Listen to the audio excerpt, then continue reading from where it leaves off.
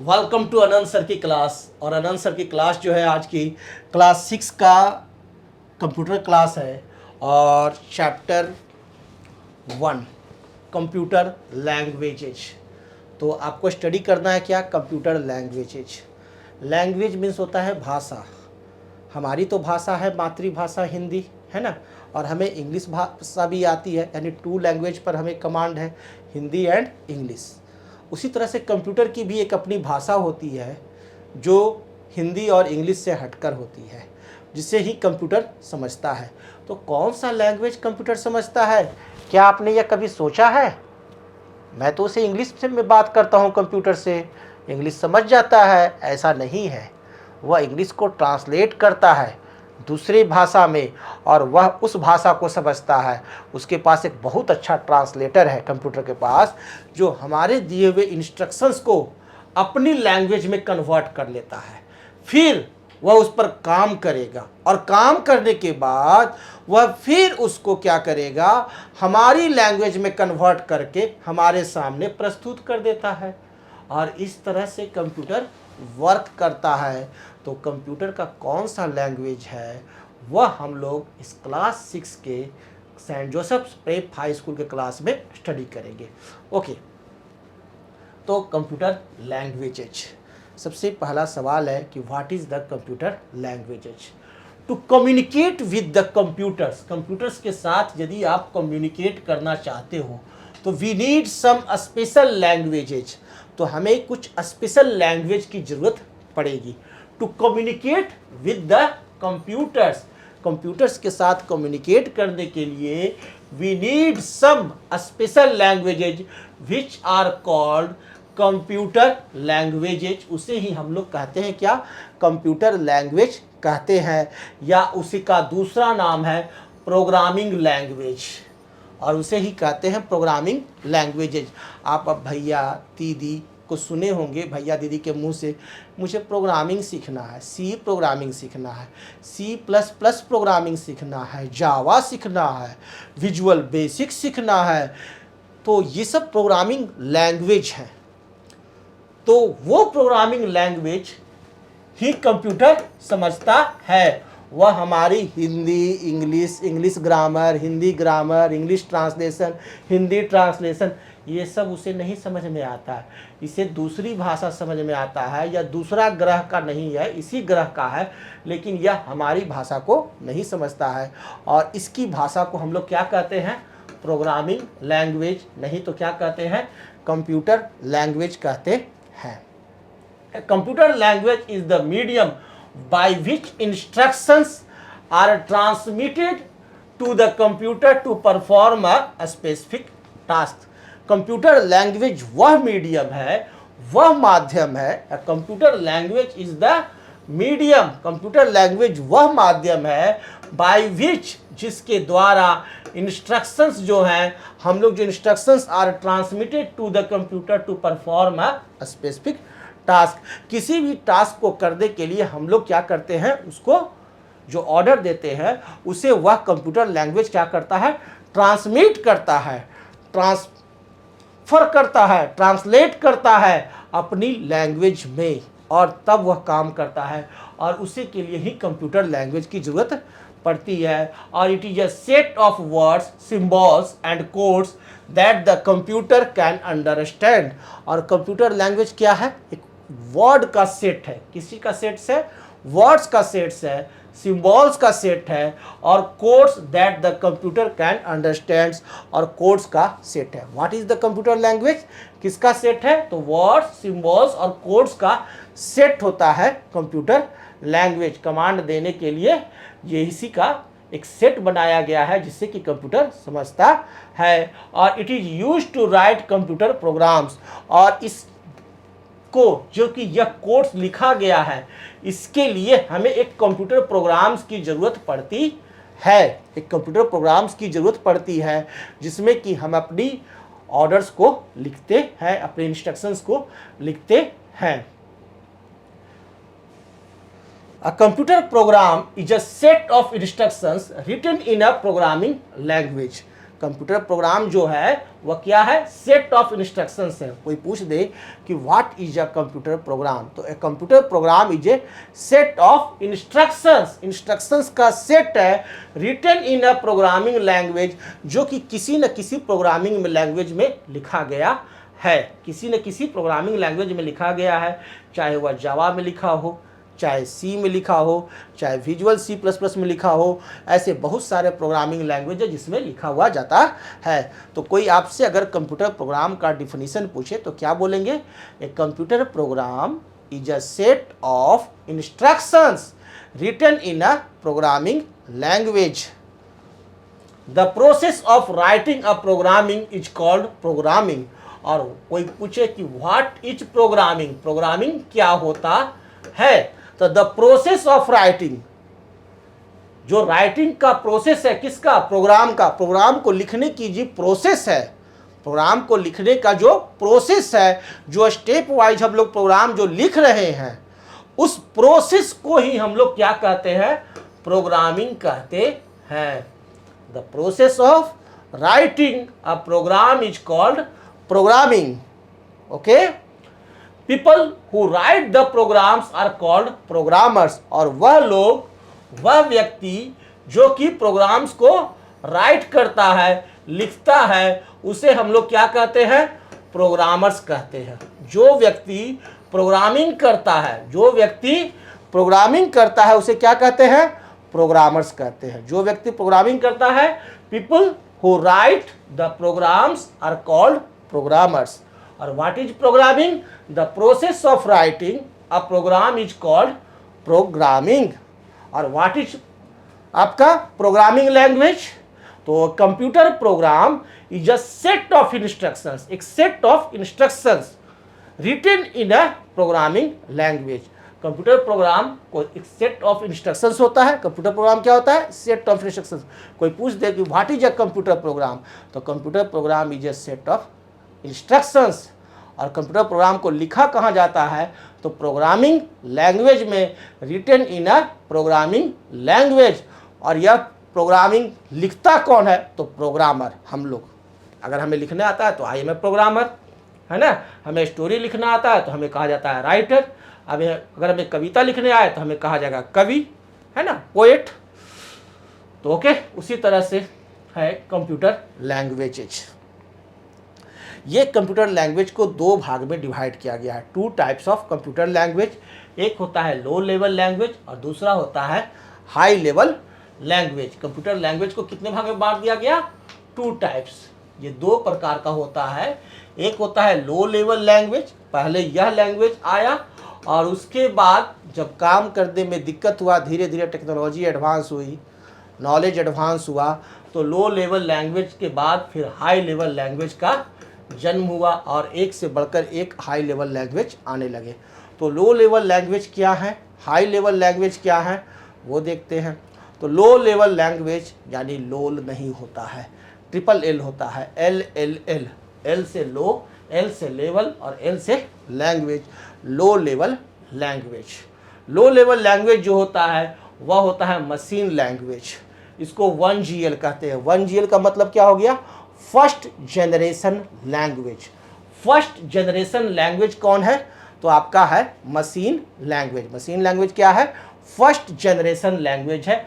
और सेकंड है assembly language, जिसे कहते हैं second generation language, 2GL। Assembly language क्या हो गया, 2GL। यानी लो लैंग्वेज को दो भाग में डिवाइड किया गया है। एक हो गया आपका मशीन लैंग्वेज 1GL, दूसरा हो गया आपका assembly language 2GL। Programming language जो था उसे हमने दो भाग में बांटा, लो लेवल लैंग्वेज और हाई लेवल लैंग्वेज। अब लो लेवल लैंग्वेज जब स्टडी करते हैं तो यह लो लेवल लैंग्वेज दो भाग में डिवाइड कर दिया गया। एक हो गया हमारे को क्या, मशीन लैंग्वेज, और दूसरा हो गया असेंबली लैंग्वेज। मशीन लैंग्वेज कौन सा जनरेशन का लैंग्वेज है, फर्स्ट जनरेशन लैंग्वेज है। असेंबली लैंग्वेज क्या है, सेकंड जनरेशन लैंग्वेज है। नेक्स्ट जो लैंग्वेज है हमारा high level language, HLL। Okay, high level language. High level language जो है वह फर्स्ट हो गया थर्ड जनरेशन लैंग्वेज, दूसरा जो है वह फोर्थ जनरेशन लैंग्वेज 4GL, और पांचवा नेक्स्ट जो है natural language 5GL, high level language को 3 भाग में डिवाइड किया गया। First third generation language 3GL, second हो गया फोर्थ जनरेशन लैंग्वेज 4GL, तो 4GL का full form fourth generation language, और फिफ्थ है नेचुरल लैंग्वेजेज, इसको 5GL कहते हैं। नेचुरल लैंग्वेज को क्या कहते हैं? 5GL कहते हैं। ओके, अब हम लोग पहले स्टडी कर लेते हैं लो लेवल लैंग्वेज की पहले स्टडी करते हैं। LLL, ट्रिपल एल की स्टडी हम लोग करना शुरू करते हैं। लो लेवल लैंग्वेज में क्या हो गया? Machine dependent programming language. Low level language में कौन आता है? Machine dependent programming language. यदि कोई हम प्रोग्रामिंग करते हैं तो वो स्पेसिफिक टाइप ऑफ मशीन के लिए करते हैं। जैसे प्रिंटर है, प्रिंटर का एक सॉफ्टवेयर डिजाइन किया गया, तो वह प्रिंटर का जो सॉफ्टवेयर डिजाइन किया गया है वो उसी प्रोग्राम प्रिंटर पर काम करेगा। वह सॉफ्टवेयर यदि दूसरे प्रिंटर पर काम नहीं कर रहा है तो वह हमारे को क्या हो गया? लो लेवल लैंग्वेज हो गया। लो लेवल लैंग्वेज क्या होता है? मशीन डिपेंडेंट होता है। ये ध्यान देने का चीज़ है कि लो लेवल लैंग्वेज क्या होता है? मशीन डिपेंडेंट प्रोग्रामिंग लैंग्वेज होता है। मैं फोकस करा रहा हूँ कि लो लेवल लैंग्वेज क्या होता है? मशीन डिपेंडेंट प्रोग्रामिंग लैंग्वेज होते हैं। A program written in machine independent language runs only on particular type of computer. और यह जो प्रोग्रामिंग हुआ है वह एक स्पेशल टाइप ऑफ कंप्यूटर के लिए ही लिखा जाता है। अगर एक टाइप का कंप्यूटर है तो वह दूसरे टाइप का कंप्यूटर में, दूसरे तरह का कंप्यूटर है तो उसमें काम नहीं करेगा। ठीक है ना, वो दूसरे में काम नहीं करता है। तो मशीन लेवल लैंग्वेज जो होते हैं, इसका सबसे बड़ा ड्रॉबैक यही है लो लेवल लैंग्वेज का कि यह मशीन डिपेंडेंट प्रोग्रामिंग लैंग्वेज है। जैसे कि हमारा माइक्रोसॉफ्ट ऑफिस है तो वह मशीन डिपेंडेंट नहीं है, वह किसी भी सिस्टम पर लोड हो जाता है। ओके, तो वह मशीन डिपेंडेंट नहीं हुआ। और वह प्रोग्रामिंग लैंग्वेज जो कि मशीन डिपेंडेंट होगा तो वह स्पेसिफिक कंप्यूटर पर होगा, तो दूसरा टाइप का अगर कंप्यूटर है तो उसमें वह लोड नहीं होगा। ओके, टू टाइप्स या लो लेवल लैंग्वेज जो है यह दो तरह का होता है। एक होता है मशीन लेवल लैंग्वेज और दूसरा होता है असेंबली लैंग्वेज। ये तो हमने पढ़ाया ही था कि दो तरह का ये है, एक हो गया मशीन लैंग्वेज और दूसरा हो गया असेंबली लैंग्वेज। और ये दोनों लैंग्वेज जो हैं वो क्या है? मशीन डिपेंडेंट प्रोग्रामिंग लैंग्वेज है, लो लेवल लैंग्वेज है। Okay, machine language only understood by the computer, यह सिर्फ कंप्यूटर के द्वारा ही अंडरस्टूड होता है, यह सिर्फ कंप्यूटर के द्वारा ही समझा जाता है। ठीक है, also known as the first generation language, और इसको हम लोग ऑल्सो कहते हैं first generation language. First generation language हमारा कौन है? मशीन लैंग्वेज है। मशीन लैंग्वेज क्या है? फर्स्ट जनरेशन लैंग्वेज है। Machine language is very difficult for programmers to use because it only consist of 2 digits 0 and 1 called binary digits और bits. Machine language को एक प्रोग्रामर के लिए बहुत ही बड़ी पहेली है और उसे समझना बहुत कठिन है। क्यों?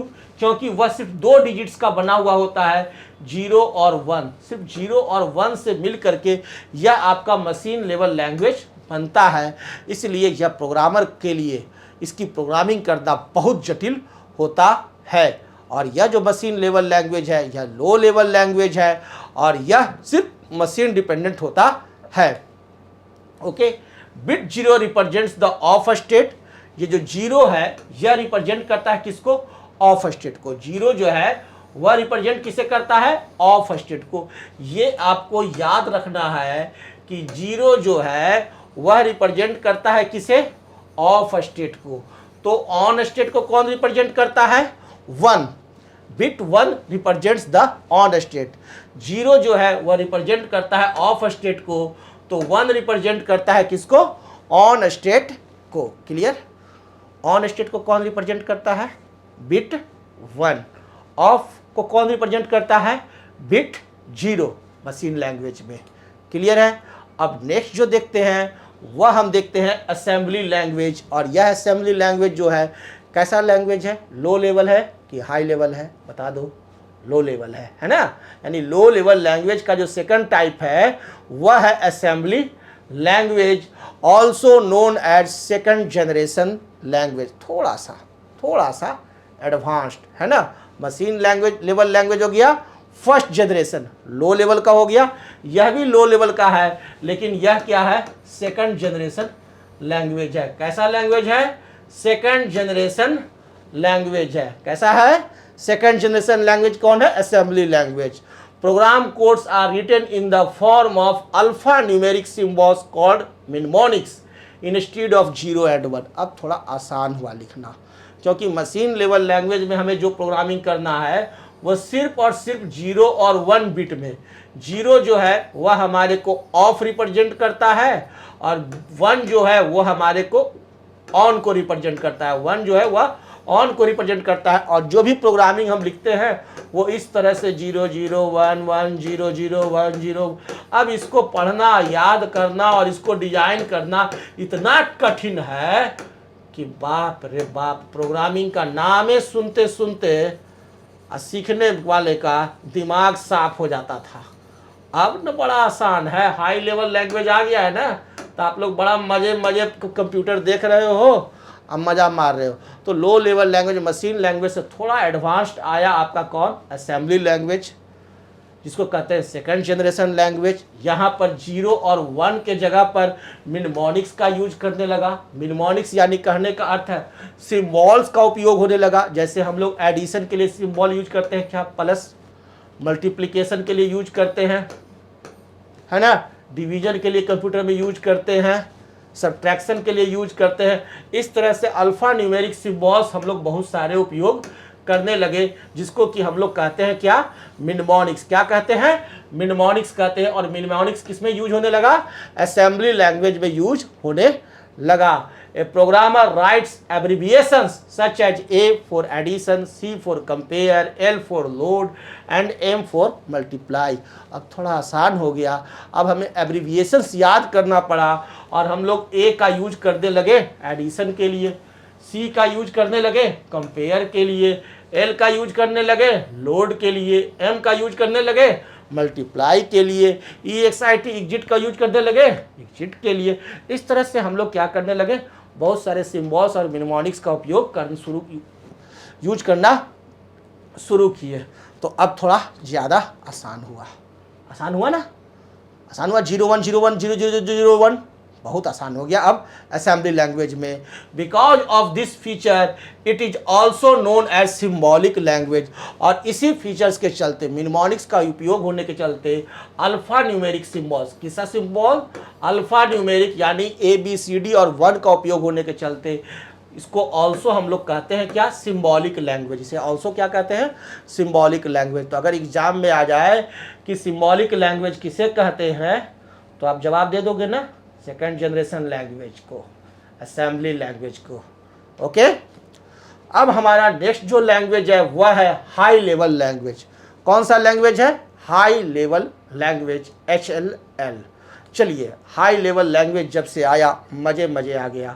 और यह जो लैंग्वेज है, आप किसी भी प्रोग्रामिंग कहीं भी आप लिख डालो, किसी भी कंप्यूटर में लिखो, यह क्या है, पहला मशीन इंडिपेंडेंट है। सबसे पहला तो इसकी खूबी क्या है, यह मशीन इंडिपेंडेंट है। आप एक कंप्यूटर पर लिखोगे वो सभी कंप्यूटर पर काम करेगा। यह स्पेसिफिक मशीन के लिए रिटन नहीं हो रहा है, ठीक है ना, स्पेसिफिक टाइप ऑफ कंप्यूटर के लिए ये रिटन नहीं है। तो सबसे बड़ी खूबी जो इसकी है वह है इसका क्या, machine independent programming language.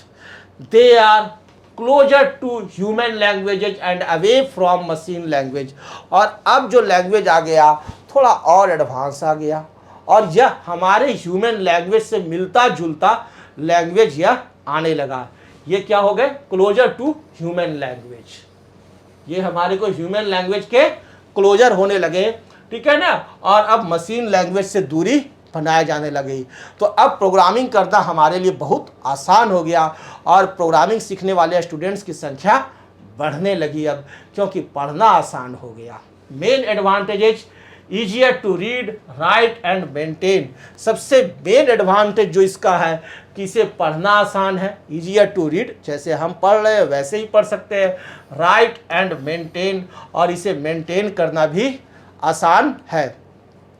Okay, ऐसा प्रोग्रामिंग डिजाइन किया गया कि भैया हमको लिखना आसान हो, हमें समझना आसान हो, बाकी कंप्यूटर का CPU को जो प्रोसेस करना है अंदर तुम करते रहो, ठीक है ना, ओके। अब मशीन लेवल लैंग्वेज जो है और फर्स्ट जनरेशन सेकंड जनरेशन हम लोग पढ़ लिए लैंग्वेज, और हम लोग अब पढ़ रहे हैं क्या, हाई लेवल लैंग्वेज। यह जो हाई लेवल लैंग्वेज है यह शुरू हो जाता है थर्ड जनरेशन लैंग्वेज से। असेंबली लैंग्वेज हमारा क्या है, सेकंड जनरेशन।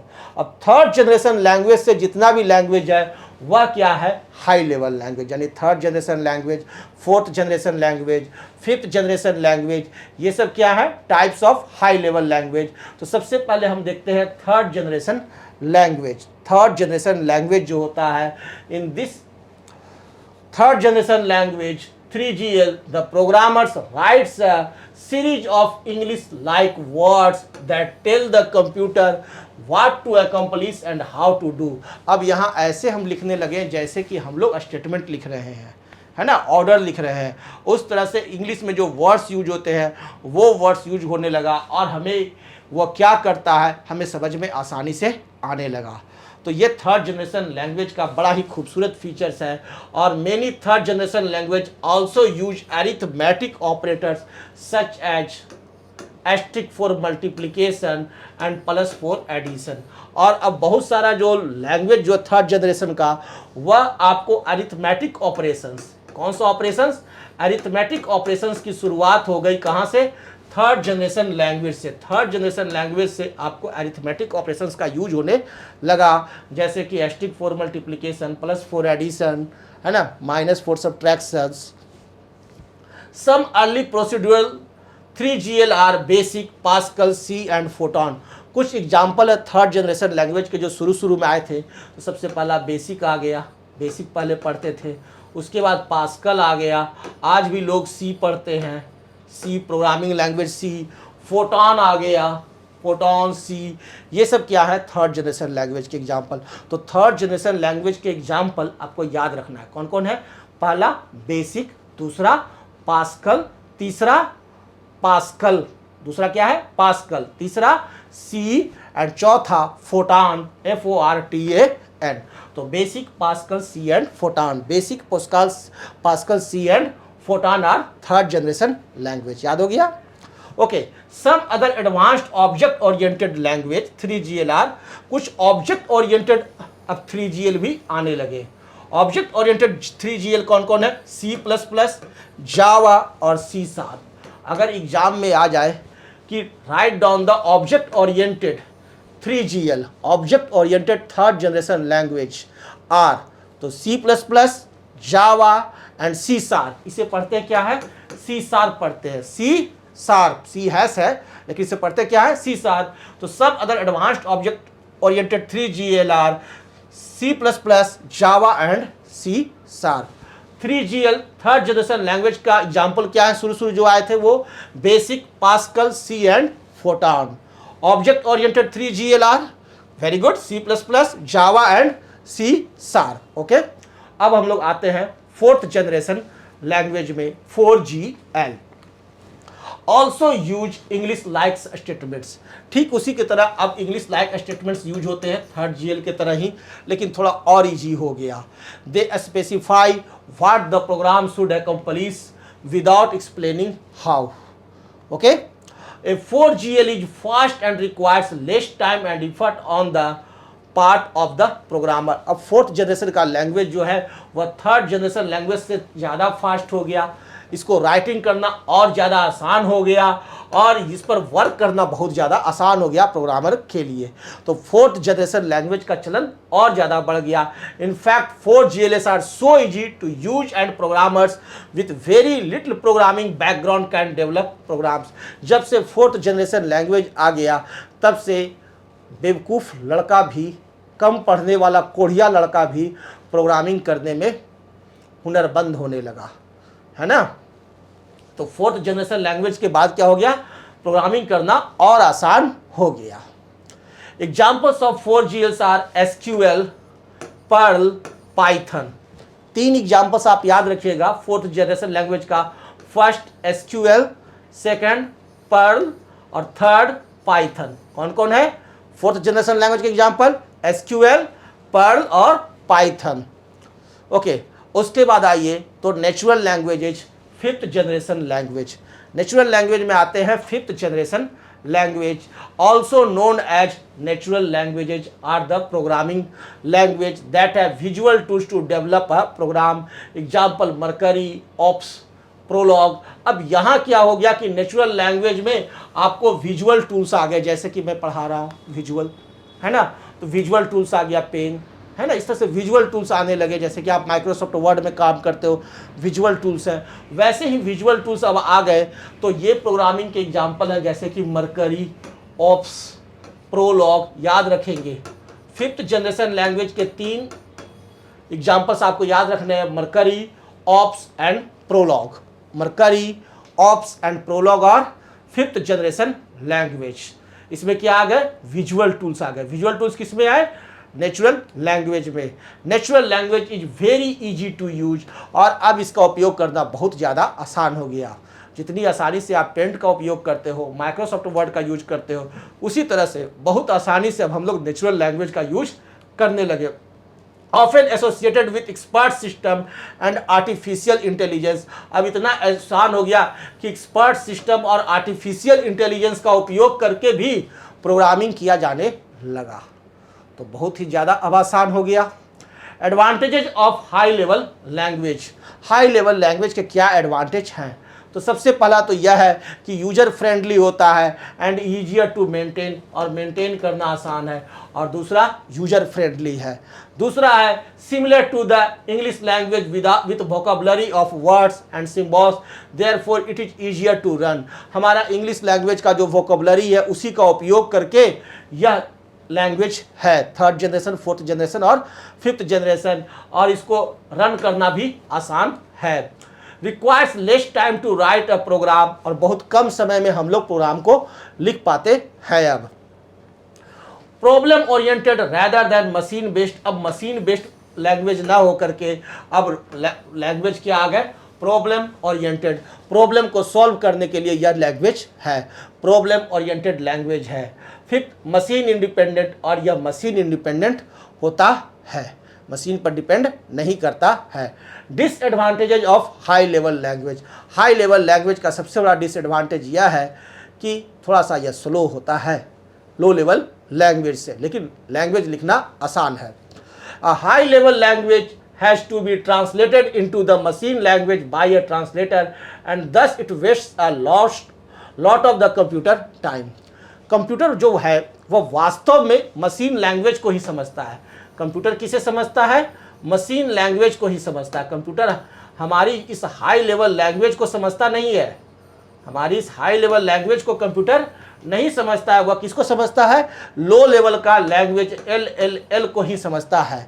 और हम लोग किसी भी लैंग्वेज में, जैसे हम लोग हाई लेवल लैंग्वेज में HLL में कोई प्रोग्रामिंग राइट किए, कोई प्रोग्रामिंग यदि हम लोग हाई लेवल लैंग्वेज में लिखते हैं तो उसको क्या करता है, ट्रांसलेटर, एक ट्रांसलेटर रहता है। वह ट्रांसलेटर क्या करता है, उसे ट्रांसलेट करता है और उसे मशीन लेवल लैंग्वेज में कन्वर्ट करता है। यानी कि हमारा हाई लेवल लैंग्वेज में एक ट्रांसलेटर इनबिल्ट होता है, ठीक है ना। और वह ट्रांसलेटर क्या करता है, हम लोग हाई लेवल लैंग्वेज में लिखते जा रहे हैं, वह ट्रांसलेटर क्या कर रहा है, उसे मशीन लेवल लैंग्वेज में कन्वर्ट कर रहा है, मशीन लैंग्वेज में, लो लेवल लैंग्वेज में कन्वर्ट कर रहा है, मशीन लैंग्वेज में कन्वर्ट कर रहा है। और उसके बाद इस पर कंप्यूटर क्या करता है, इस पर सीपीयू जो है वह वर्क करते रहता है। सीपीयू का काम ही है कि ट्रांसलेटर के द्वारा कन्वर्ट करे, और सीपीयू काम करता है और उसके बाद उस प्रोग्राम से फिर इंस्ट्रक्शंस जो, और फिर जो फाइनल निकलता है इंफॉर्मेशन, फाइनल जो इंफॉर्मेशन निकलता है उस इंफॉर्मेशन को फिर ट्रांसलेटर एक होता है स्पेशल तरह का, वह ट्रांसलेटर क्या करता है कि कन्वर्ट कर देता है हमारे लैंग्वेज में, जो हम देखना चाहते हैं उसमें वो कन्वर्ट करता है। तो बिना मशीन लेवल लैंग्वेज का, लो लेवल लैंग्वेज का आपको काम हो ही नहीं सकता है, लेकिन यह बैकग्राउंड में काम होता रहता है। क्लियर है। लैंग्वेज ट्रांसलेटर, तो भैया अब लैंग्वेज ट्रांसलेटर भी समझना पड़ेगा। जब लैंग्वेज ट्रांसलेटर का रोल है तो उसे भी समझ ले, है ना।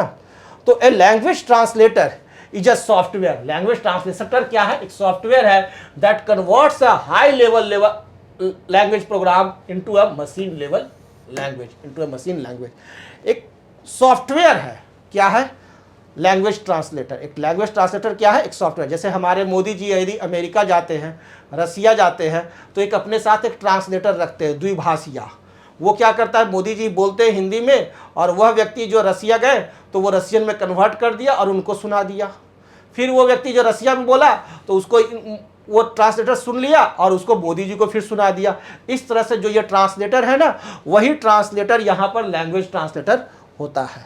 क्लियर है? और ये बिना लैंग्वेज ट्रांसलेटर का मोदी जी का काम नहीं होगा, मोदी जी का कंप्यूटर काम नहीं करेगा, वैसे ही ये है। Okay, there are 3 types of language translators. या लैंग्वेज ट्रांसलेटर्स भी जो होता है वो 3 प्रकार का होता है। एक होता है, चलो ठीक ठाक है, जो मुख्यमंत्री के साथ जाएगा। दूसरा जो होता है वो बाकी सेंट्रल मंत्री के द्वारा साथ जाएगा। और तीसरा जो होता है वो बड़ी तेज तरार होता है, वो प्रधानमंत्री के साथ जाएगा। और उसी 3 टाइप्स ऑफ लैंग्वेज ट्रांसलेटर्स होता है। एक है आपका असेंबलर, फर्स्ट टाइप जो है वह असेंबलर है, सेकंड टाइप जो है वह कंपाइलर है, और थर्ड टाइप जो है वो इंटरप्रेटर है। असेंबलर, कंपाइलर और इंटरप्रेटर, ये तीनों का तीनों क्या है? लैंग्वेज ट्रांसलेटर है। क्या है ये? लैंग्वेज ट्रांसलेटर्स के टाइप्स हैं, असेंबलर, कंपाइलर और इंटरप्रेटर। तो भैया इसमें डिफरेंस क्या है? तो मैंने बताया ना, एगो मोदी जी के साथ जाएगा, एगो सेंट्रल मिनिस्टर के साथ जाएगा, एगो मुख्यमंत्री जी के सब साथ जाएगा। तो असेंबलर, सबसे पहले हम लोग देखते हैं असेंबलर, मुख्यमंत्री वाला translator. An assembler is a program used to translate assembly language to machine language so that the computer can understand it. Assembler का काम क्या है कि जो असेंबली लैंग्वेज है, सेकंड जनरेशन का जो लैंग्वेज है, ठीक है ना, बस यहीं तक ही है। असेंबलर जो है असेंबली लैंग्वेज को मशीन लैंग्वेज में कन्वर्ट करता है। किसको कन्वर्ट करता है? असेंबली लैंग्वेज को मशीन लैंग्वेज में कन्वर्ट करता है। और the assembler enables the computer to convert the assembly language instructions into machine code that is 0 and 1। Assembler जो होते हैं, असेंबलर जो होता है वह क्या करता है? आपको असेंबली लैंग्वेज को मशीन लैंग्वेज में कन्वर्ट करने का काम करता है असेंबलर। तो भैया ये तो थोड़ा सा ज़्यादा पुराना हो गया, थोड़ा एडवांस आओ ना। तो ये रहा एडवांस वाला कंपाइलर। ये है क्या? कंपाइलर। पूरे प्रोग्राम आप लिख डालो, देख लिए भैया पूरा प्रोग्राम। अब इसको हम आपको कन्वर्ट कर देते हैं। अब आप माथा पेची करते रहो कि कहाँ पर गलती, कहाँ पे सही, कहाँ पे गलती, कहाँ पे सही, फिर उसको ठीक करो। ठीक है ना? पूरा प्रोग्राम हम लिख दिए 10 पेज का, उसके बाद अब आप चेक करना शुरू कर रहे हो, तो वो होता है कंपाइलर। ठीक है? A compiler is a software that converts the entire source program into machine language before executing it। Program को एग्जीक्यूट करने के पहले, प्रोग्राम को स्टेज पर प्रदर्शन करने के पहले, प्रोग्राम को फैक्ट्री में बनाने के पहले क्या करते हैं कि हम लोग क्या करते हैं? पूरे प्रोग्राम को क्या करते हैं? कन्वर्ट करते हैं मशीन लैंग्वेज में और चेक करते हैं कि काम करता है कि नहीं करता है। तो इसके लिए एक सॉफ्टवेयर होता है, उस सॉफ्टवेयर को क्या कहते हैं? कंपाइलर। 10 पेज का प्रोग्राम लिखे, अब उस पूरे प्रोग्राम को आप क्या कर रहे हो? रन करा करके चेक कर रहे हो कि भैया ये सही से काम करता है कि नहीं। अगर सही से काम करेगा, त्रुटिहीन रहेगा, तब इसको एक्जीक्यूट कराएंगे, इसको लगाएंगे कि जाओ भैया अब इसको फैक्ट्री में डाल दो। ठीक है? अगर उसमें जहाँ जहाँ त्रुटि रहेगा तो वो हमें दिखा देगा कंपाइलर, उसके बाद हम उसको ठीक करेंगे। अब फिर पूरा प्रोग्राम लिख दिया ठीक करके, अब फिर चेक किए, फिर त्रुटि निकल गया 2 गो। इस तरह से यह कंपाइलर से भी काम करना थोड़ा मुश्किल रहता है। It converts the entire high level program into machine language at once. पूरे प्रोग्राम को, हाई लेवल जो प्रोग्राम होता है उसको एक बार में मशीन लैंग्वेज में यह कन्वर्ट करने का काम करता है। It displays the errors for the whole program together. पूरा जो प्रोग्राम मैंने 20 पेज का लिखा है, उस पूरे प्रोग्राम का एक बार में जितना भी एरर आएगा, 100 गो, 50, 25, 30, 100, 50, 25, 30, वो सारे एरर्स को एक बार में शो करता है। कौन? कंपाइलर। ओके, ये है कंपाइलर। थर्ड आ गया इंटरप्रीटर। भैया कंपाइलर से भी बड़ा दिक्कत होता है प्रोग्रामिंग करने में, तो और सबसे एडवांस जो मोदी जी के साथ चलेगा ना, वो है इंटरप्रेटर।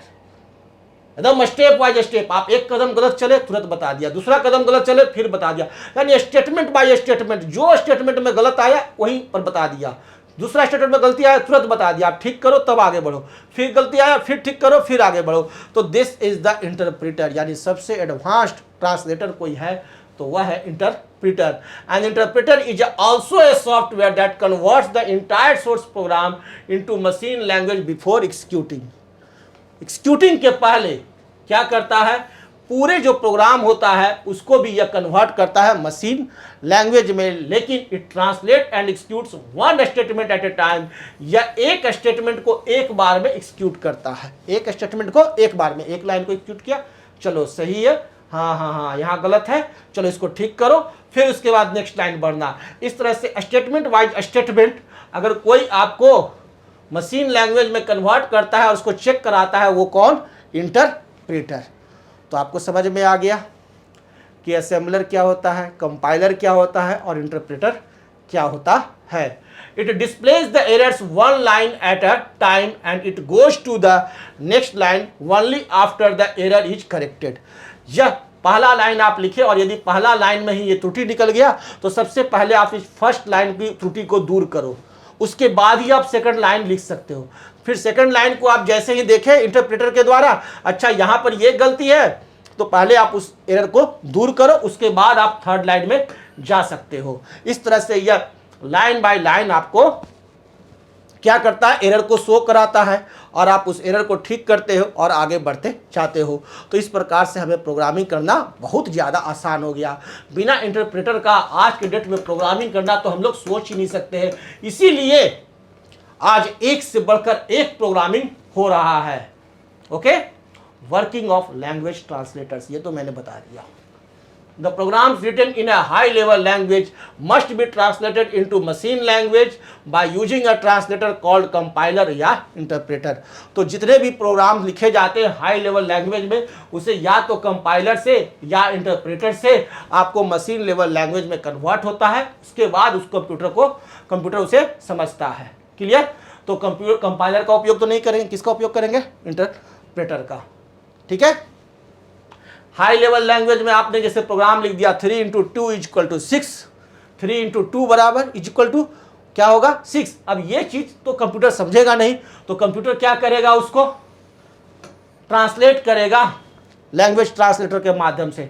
आपके पास दो ट्रांसलेटर है, या तो इंटरप्रेटर का उपयोग कर लो या कंपाइलर का उपयोग कर लो, किसी भी एक का उपयोग करो और उस पर अब कंप्यूटर समझ गया, ओ अच्छा 3 × 2 = क्या होगा 6। वो 3 को क्या किया 0 0 1 1 0 1 1 0 1 में कन्वर्ट किया, इनटू को भी वो कन्वर्ट किया 0 1 1 1 0। इस तरह से वो मशीन लैंग्वेज में कन्वर्ट कर देता है, ठीक है ना। और उसके बाद वो उस पर काम करना शुरू करता है। उसके बाद वह आउटपुट देता है क्या, मशीन लैंग्वेज। वो आउटपुट देगा क्या, मशीन लैंग्वेज, मशीन कोड 0 1 0 0 1 देगा।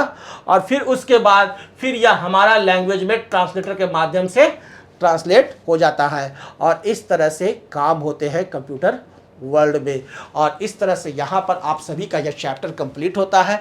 इस वीडियो क्लास को बार बार चेक कीजिए, बार बार पढ़िए और एक एक लाइन आप याद रखेंगे। क्यों? क्योंकि जितना मन से मैं पढ़ाता हूँ उतना ही मन से मैं एग्ज़ाम भी लूँगा। Okay, thank you, good bye.